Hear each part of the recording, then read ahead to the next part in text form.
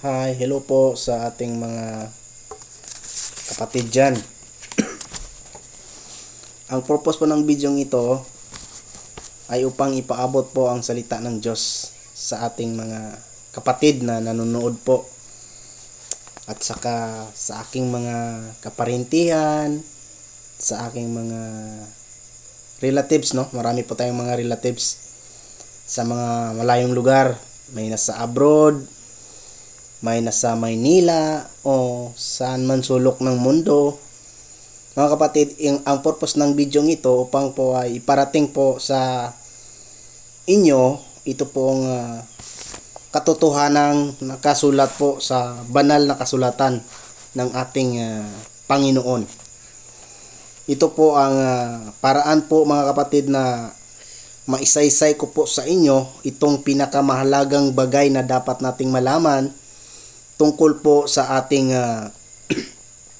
buhay dito sa mundo, mga kapatid.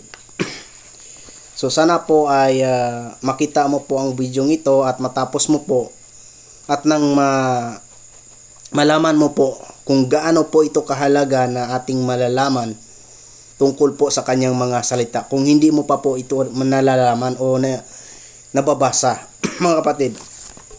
So, sana po mga kapatid ay mag-nood ka sa video na ito kasi ito po ang pinaka-importante na malaman po natin, no? At maintindihan po natin, mga kapatid. At maraming salamat po sa inyo dahil po alam ko na mag-nood kayo sa video na ito, no? Advance na ako magpasalamat sa inyo mga kapatid. Sa mga kapatid ko sa iba't ibang lugar o sa aking mga kakilala po sa iba't ibang lugar. Magandang buhay po sa atin. Mabuhay po tayong lahat. No? Ito po yung gusto ng Diyos, mabuhay tayong lahat. At ang sinasabi kong buhay, sana magkaroon tayo ng buhay na walang hanggan, mga kapatid. Ito po ang ating topic ngayon para natin malaman na kung paano po tayo magkaroon ng buhay na walang hanggan, yung walang katapusan na buhay. So, gusto ko pong magbasa dito sa Juan 3:16. Ito po yung pinaka-importante nating malaman, mga kapatid. So, basahin po natin sa kanyang salita dito po sa banal na kasulatan. Sabi niya po dito sa Juan 3:16, gayo na lamang ang pag-ibig ng Diyos sa sanlibutan, kaya't ibinigay niya ang kanyang bugtong na anak upang ang sumasampalataya sa kanya ay hindi mapahamak, kundi magkaroon ng buhay na walang hanggan. So mga kapatid, tanong ko po sa atin o sa ating lahat, gusto po ba nating magkaroon ng buhay na walang hanggan? Kung ang sagot mo po ay yes, ito po ang pinakamagandang na desisyonan mo po, no? Lahat naman po ng tao ay gusto magkaroon ng buhay na walang hanggan. So, ang buhay na walang hanggan is walang katapusan. Eternal life sa English, no? So, mga kapatid, paano po natin ito makamtan o paano po natin ito matatanggap ang buhay na walang hanggan? Base sa ating ginbasa o binasa, sabi niya, upang ang sumasampalataya sa kanya ay hindi mapahamak. So bakit, no? Upang ang sumasampalataya sa kanya ay hindi mapahamak. So mayroon palang kapahamakan, no? Kasi sabi niya, kung sumasampalataya tayo kay Jesus na pinadala ng Diyos, hindi po tayo mapahamak. Sabi niya, kundi magkaroon ng buhay na walang hanggan. So mga kapatid, bakit po hindi tayo mapahamak? O bakit po may kapahamakan? Kasi sinabi niya doon, hindi tayo mapahamak kung sumasampalataya tayo. So ibig sabihin mga kapatid, kapag hindi po tayo sumasampalataya, mapapahamak po tayo. Bakit po? Dahil po sa ating mga kasalanan. Kaya po tayo mapahamak. Kaya po mga kapatid, sinabi po ng Roma 3:23, lahat po ng tao ay nagkasala. Sabi niya dito, sapagkat ang lahat ay nagkasala at hindi nakakaabot sa kaluwalhatian ng Diyos. Bakit po tayo nagkasala, mga kapatid? So mayroong nagsasabi na mabait naman ako, okay naman ako, gumagawa naman ako ng mabuti, wala akong nagawang kasalanan. Mayroon pong mga ganong tao, mabait naman talaga po sila. Pero po ang kasalanan po, mga kapatid, ay nanggaling na po sa unang tao na si Adan at saka si Eva. Nung doon sila sa Garden of Eden,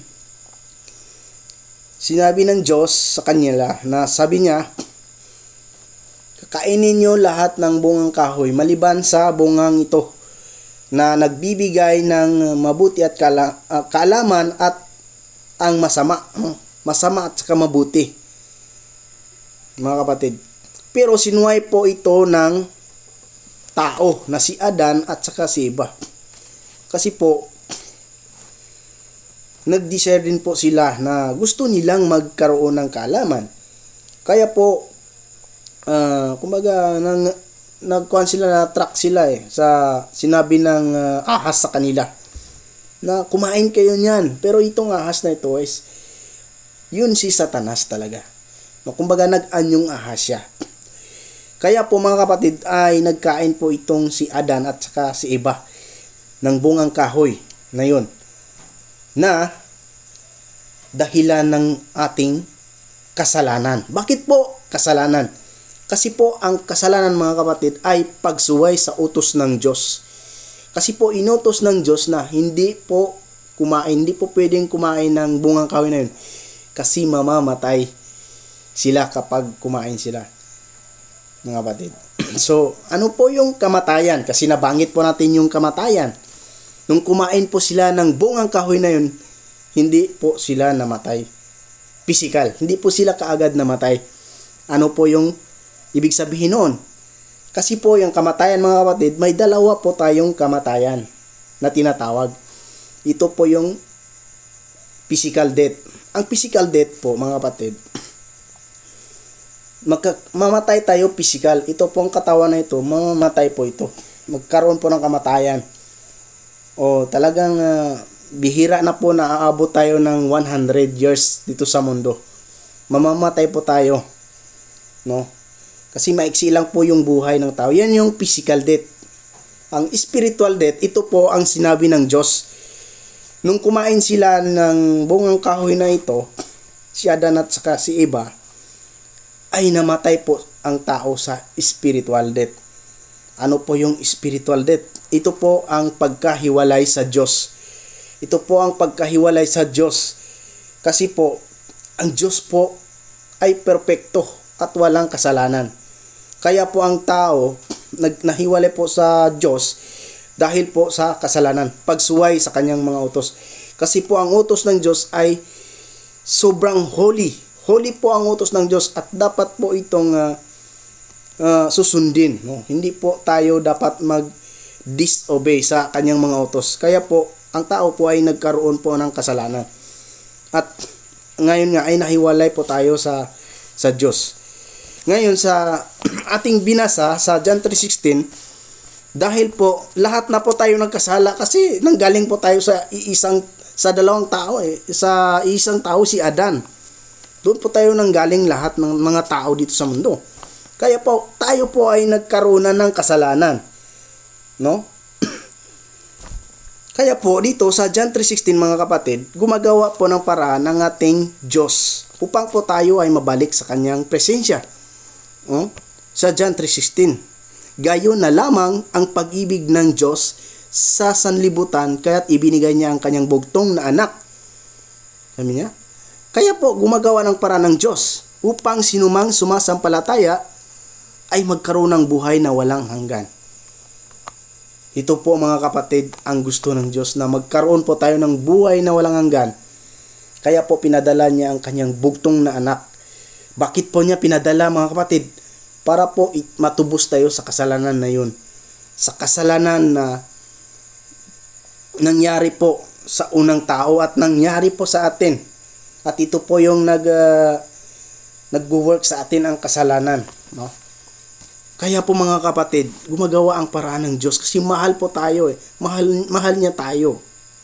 Gusto po niya tayong mabalik sa Kanya. Kasi po, sabi ko po kanina, nahiwalay po tayo sa Diyos dahil po sa kasalanan. No? Kaya po mga kapatid, mahalaga po na malaman natin ang katotohanan ito bago po tayo mamamatay sa mundong ito o bago po matapos ang buhay natin. Mga kapatid, mga kaprintihan ko na nanonood, sana po marinig nyo o makita nyo ang video na ito. At gusto ko pong ipaabot sa inyo na dapat po tayong magsisina po tayo sa ating mga kasalanan, mga kapatid. No? Kasi po, hindi po natin alam kung kailan tayo mamamatay. Hindi po natin alam, baka bukas, anumang oras, pwede na po tayong mamatay, baka pagtulog natin ngayong gabi o ano pa, yung mamatay na tayo, hindi na po tayo babalik mga kapatid upang sumasampalataya pa po tayo. Ngayon na po, nabuhay pa po tayo, sumasampalataya na tayo sa Diyos, sa kay Jesucristo na nagtubos sa ating mga kasalanan. Hindi po natin kayang tubusin ang ating mga sarili mga kapatid. Bakit po? Kasi po ang tinatanggap ng Diyos ang walang kasalanan. Yun lang po ang makakabayad ng kasalanan. Ang taong walang kasalanan. Sino po yung taong walang kasalanan? Si Jesus po yung taong yun. Kasi po, si Jesus po, walang pong kasalanan yun eh. Bakit po? Alam na po natin na si Jesus ay pinanganak sa pamamagitan ng Espiritu Santo. At sa pamamagitan ng babaeng si Maria na wala pa pong karanasan at tinatawag itong virgin at wala pa po siyang karanasan at hindi po pinanganak no sa pamamagitan ng lalaki po o sa pamamagitan ng pagtatalik ng dalawang magkapanig o babae at lalaki. Kaya po si Jesucristo po ay nanggaling po sa langit sa pamamagitan ng Espiritu Santo. Siya po ay nanging tao. Nagkaroon po siya ng laman para po tayo po ay matubos. Kasi po, ang Diyos mga kapatid, hindi po namamatay ang Diyos. No? Kasi Espiritu po siya. Kaya po, gumagawa ng paraan ng Diyos upang po tayo ay mailigtas sa kasalanan na yun. Kaya po, nagpakatao ang ating Panginoong Jesucristo para po tayo ay tubusin. No? Kasi po, wala pong makakabayad ng kasalanan. Hindi po natin pwedeng bayaran yun. Kasi po, tayo ay makasalanan na. Hindi po tayo tinatanggap ng Diyos. Dahil po tayo ay may diferensya na. O may diferensya na po tayo. Hindi na po tayo, tinatanggap ng Diyos. Kahit po ipako pa tayo sa cross, kahit gumagawa pa tayo ng mabuti para po maligtas tayo, hindi po yun tinatanggap ng Diyos mga kapatid. Ang tinatanggap ng Diyos po, yung walang kasalanan. At yun po si Jesucristo na namatay sa atin upang tayo ay mabayaran sa ating mga kasalanan. Pinako po siya sa cross para sa atin lahat. Kaya po mga kapatid, sa pamamagitan ng ating pananampalataya sa Kanya, magkakaroon tayo ng buhay ng walang hanggan. Bakit po? Kasi mababayaran po ang ating mga kasalanan. Dahil po sa Kanyang dugo, sa Kanya pong mga dinaranas na sakit, doon na po talaga lahat sa pamamagitan lang po ng pananampalataya sa Kanya. Sinabi niya po sa Juan 4, sabi niya, ako ang daan. Juan 4:14. 6.